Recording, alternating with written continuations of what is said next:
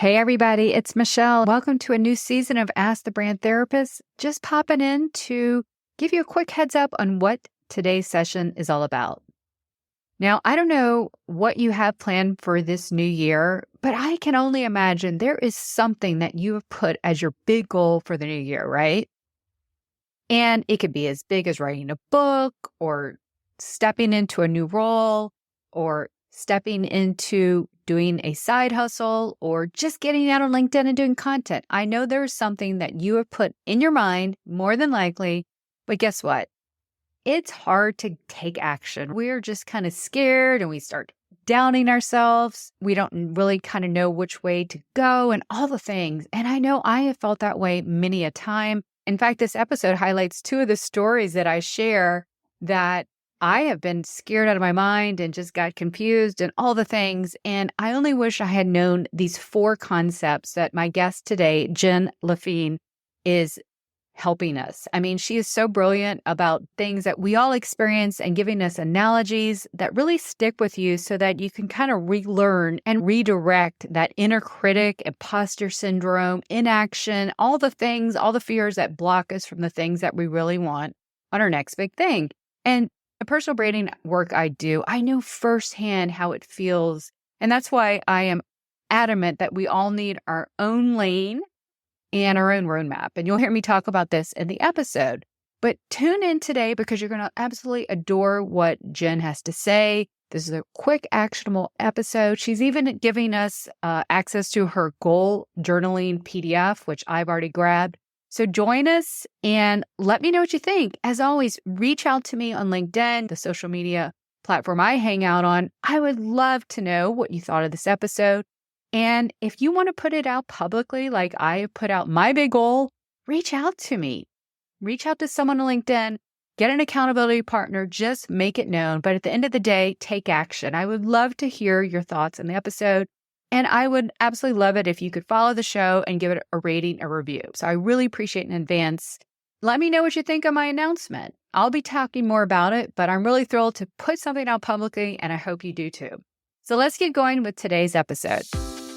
Hey there, it's the brand therapist Michelle B Griffin, and welcome to your weekly personal brand therapy session. As a certified personal brand and PR strategist, speaker, and author, I'm here to empower you to put yourself out there so you can find clarity, build visibility, and grow your industry authority. I'm super excited you're here. Now let's get going with today's session. Welcome, everybody, to this week's session of Ask the Brand Therapist. I'm the brand therapist, Michelle B Griffin, and this is a new year. Welcome to a new season. And it is so fitting today. I think we're about 10 days into the new year that this guest and this topic is first up. Because I've been waiting several months to have this guest. Welcome to the show, Jen Laffin. Well, thank you so much, Michelle, for having me. I'm so excited to be here to chat with you today. And finally get to meet you because when I first reached out to you and I've started following your content, it was all about procrastination, which we're going to talk about today. But you're really here to help us set goals and most importantly, take action, get out of that comfy, warm comfort cave, as you call it, and get on it with that next big thing. You know, my work with personal branding for women, I say I help you really position yourself, own your lane for your next big thing. And that's what most of us have when we come into a new year, right? So let's get into it. Before we do, though, can you tell everybody who hasn't met you yet exactly what you do and who you do it for? Wonderful. Well, again, thank you for having me.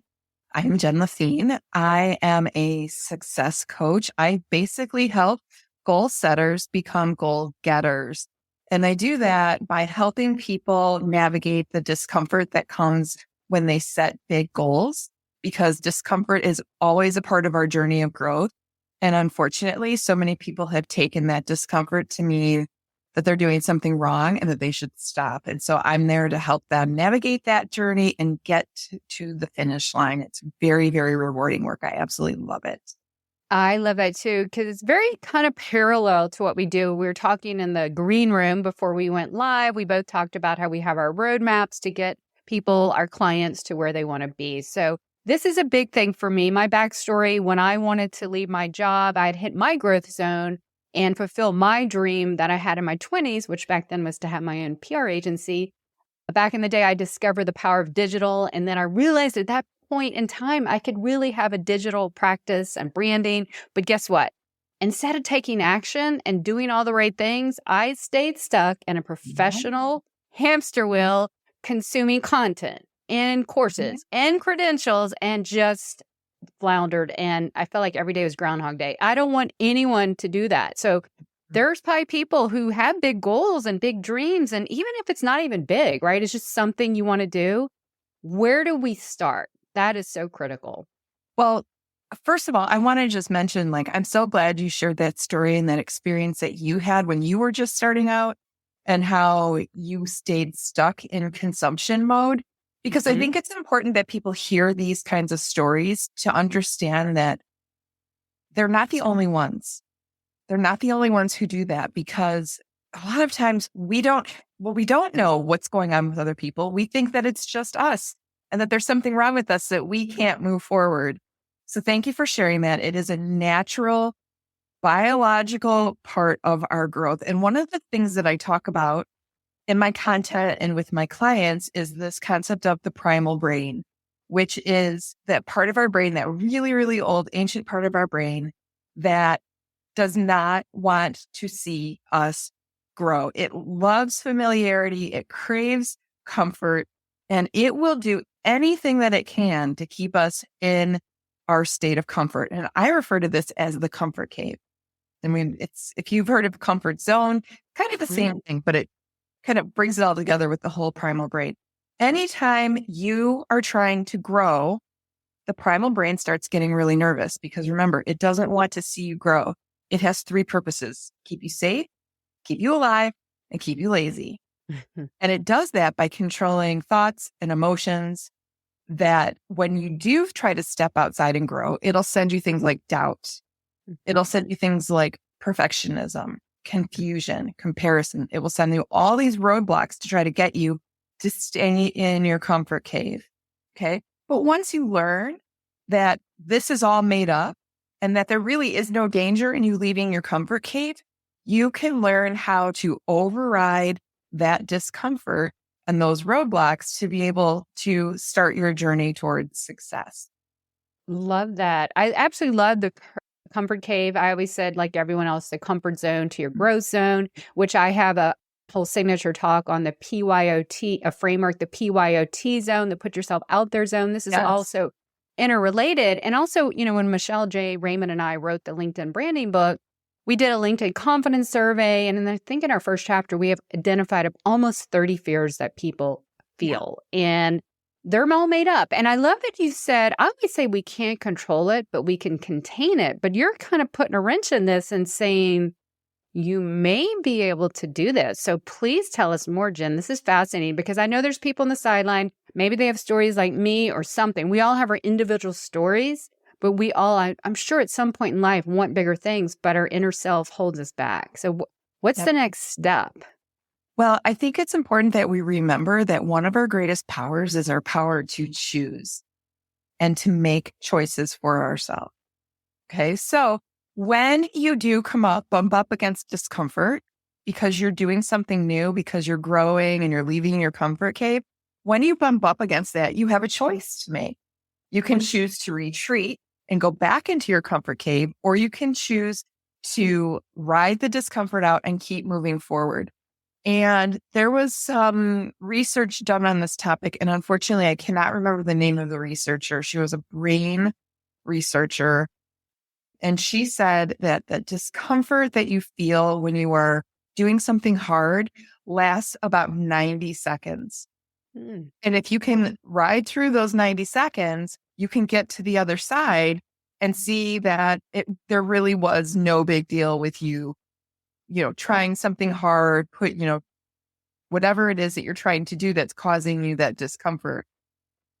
That 90 seconds is a lot of the time when people turn right around and go backwards, and they stop.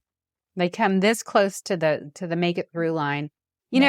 I think that's true. And I also know for me, it just self-perpetuated. Another story that I talk about in the LinkedIn branding book, when I finally got out, that's a story for another day, created my roadmap, which I now teach and help others get through theirs. I landed and then I realized, hey, the next big thing I want to do, I realized I need to be out on LinkedIn.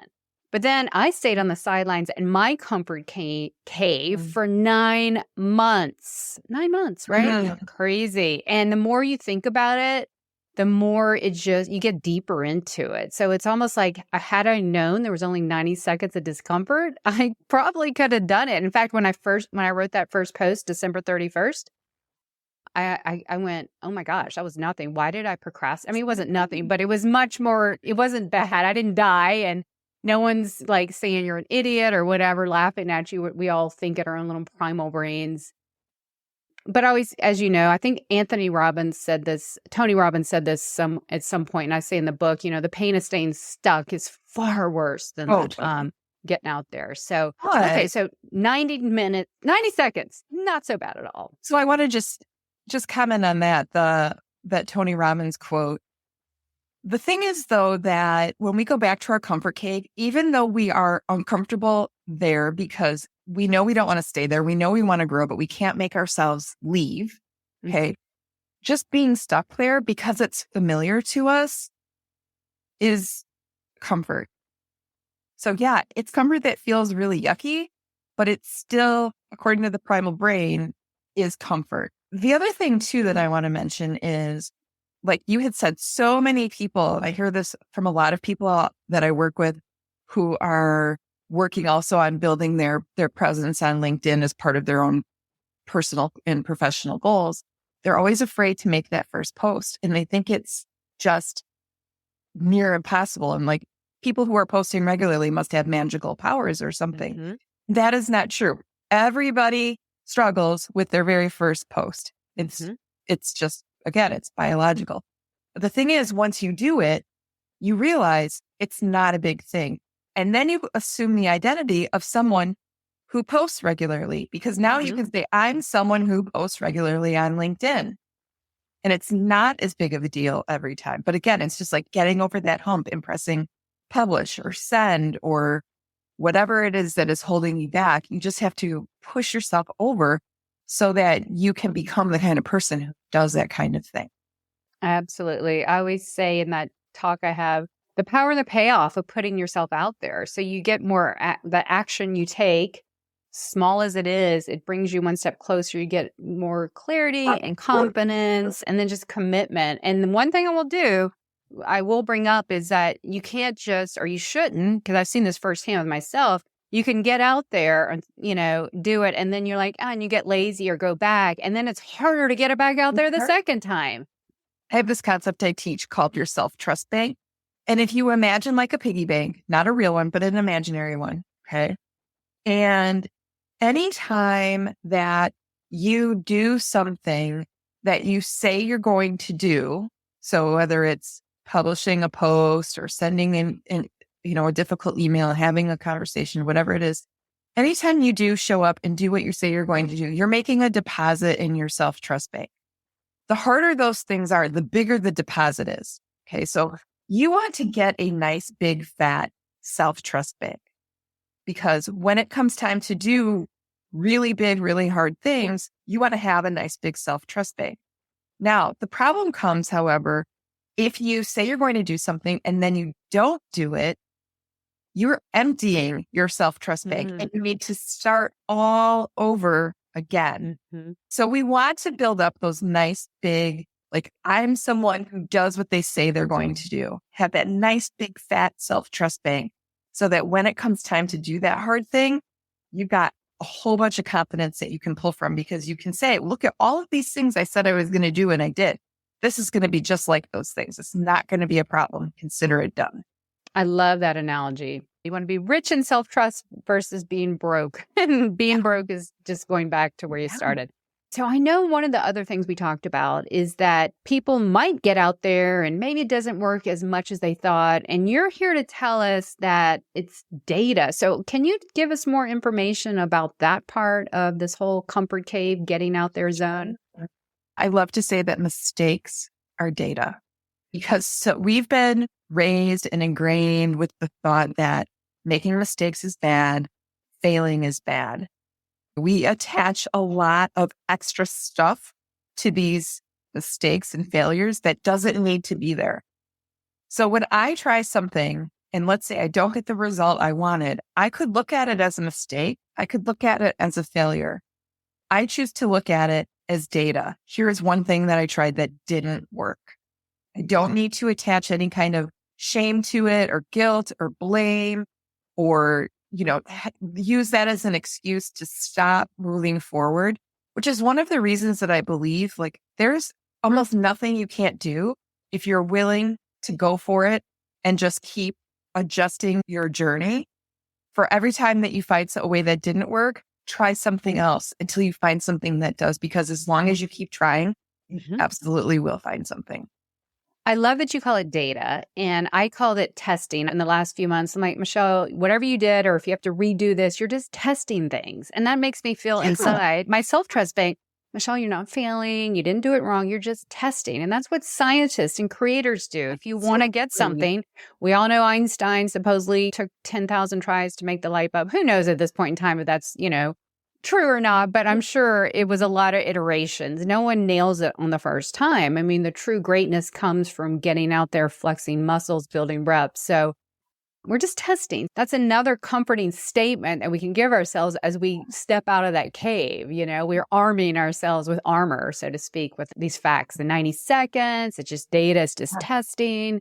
And we're building self-trust bank. So these are wonderful analogies, Jen. This is just really getting me excited because I'll share in the end of this show what my big goal is. And you can maybe give me some pointers to get going on that. You were going to tell us, I believe that, what was the next step? We had 3 things we were going to talk about. I know the number 2 was data. Refresh my memory on what number 3 was. Number 3 would be that and I kind of talked about it at the beginning, every human being experiences self-doubt and certain roadblocks that keep us stuck. Because again, it comes from our primal brain. It comes from its desire to protect us and keep us safe, alive, and lazy. So, going back what you were just talking about kind of made me think we can spend a lot of our own time comparing ourselves to others, but we don't know what their story is, right? We're just seeing the finished product, the polish, the successes. We don't know all the work that went into it up until this point. So it's really important that you don't make the mistake of thinking that you're doing something wrong because your journey looks different from somebody else's. And everybody experiences all of these things. We all experience, like I said, imposter syndrome, confusion, comparison. Perfectionism is another one of the roadblocks that the primal brain loves to use. If I can't do it perfectly, people are going to think I look bad, that I'm not whatever. Those are all roadblocks from the primal brain to keep you from moving forward out of your comfort cave.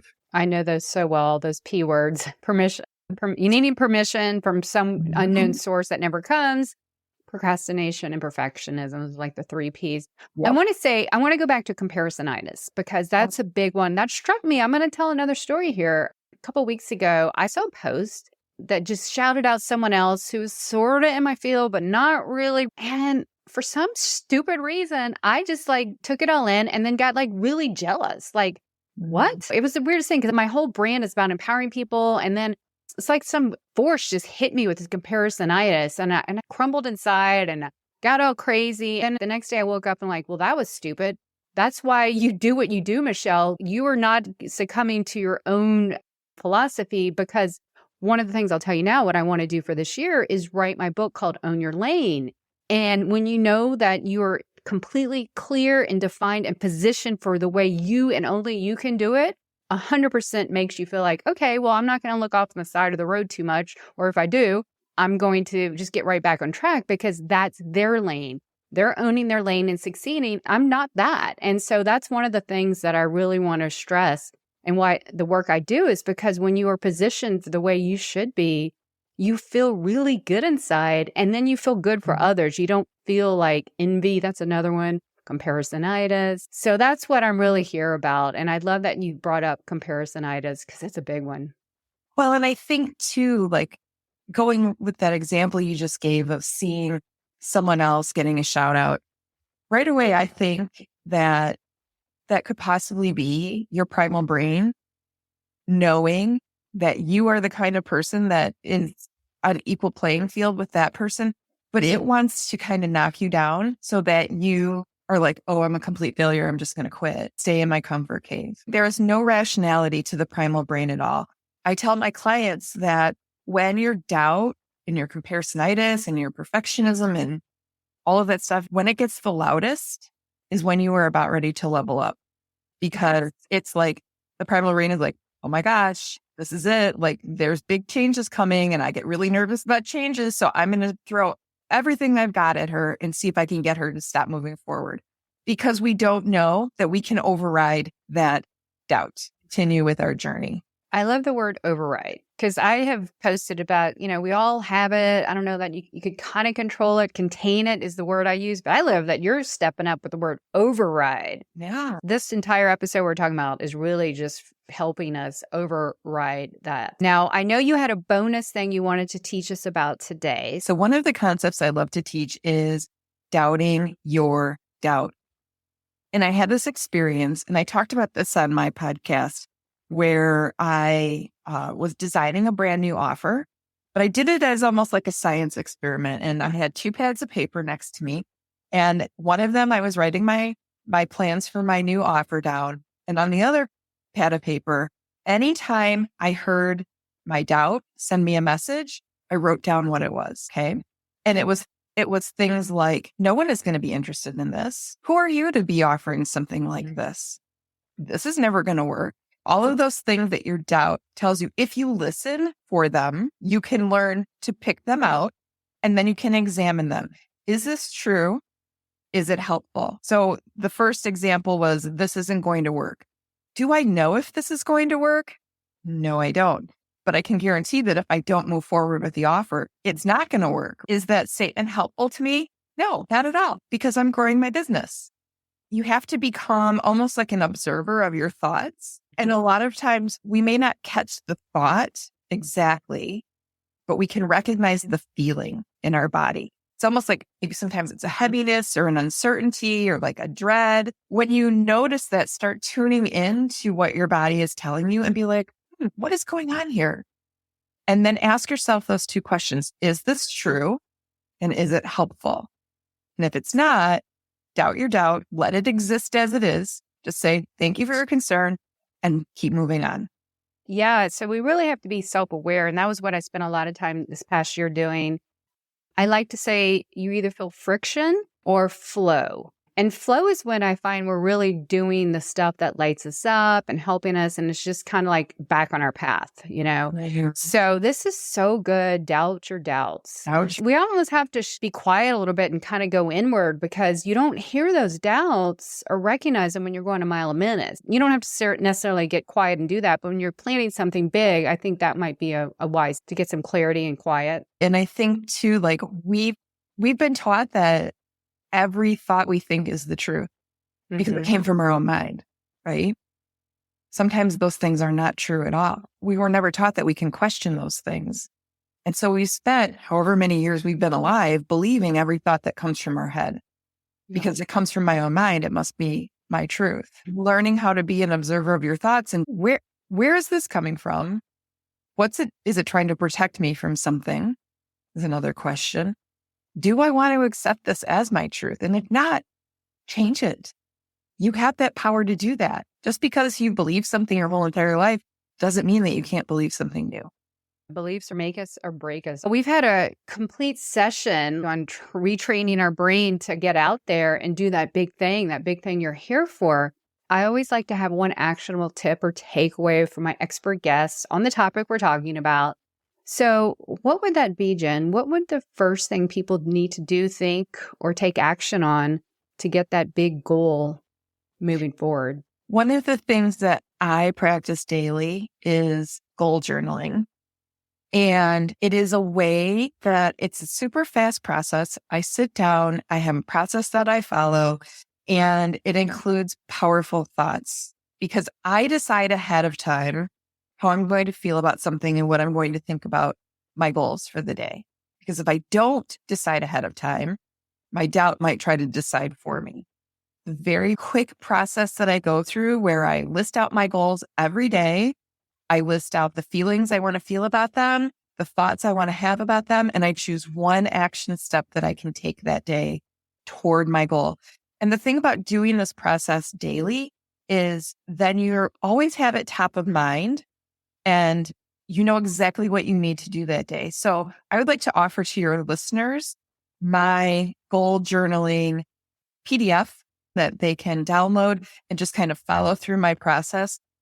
People are like, you really do this every day? Yes, I do, because I am serious about my goals and I am serious about making sure that I am the one choosing how I'm showing up for them and not anybody or anything else. Thank you. Yeah, we want to help everyone here. I know you do. And especially as we start the new year, from a goal setter to a goal getter and beyond. We'll link to that in the show notes. And if people want to find out and follow you, which I highly recommend, you have such tremendous content on LinkedIn, what's the best place?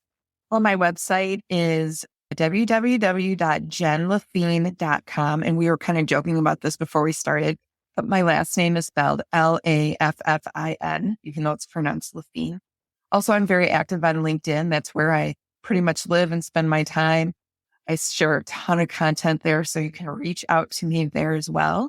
Also, if somebody is interested in getting support, I am the founder of the Goal Getter Club, which is my small group that offers lots of accountability, lots of support and inspiration, and a really great community. And we would love to welcome anybody into that as well. And let's not forget your amazing podcast. Oh, yes, and my podcast. Thank you for the... This has been tremendous, Jen. You've helped me because my big goal for this year is to write my solo book.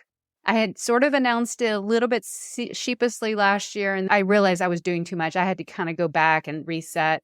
And I made a big goal movement yesterday with something and to put plans in place with someone. We're doing an accountability book partnership, and we're both writing our first solo books together. I'm really excited because I need a deadline, a date, and that's another thing. If you got to put it out there publicly, whatever it takes. So I'm kind of saying this publicly here to make it happen. I'll keep everyone posted. But until next week, everybody, you know what I'm going to say.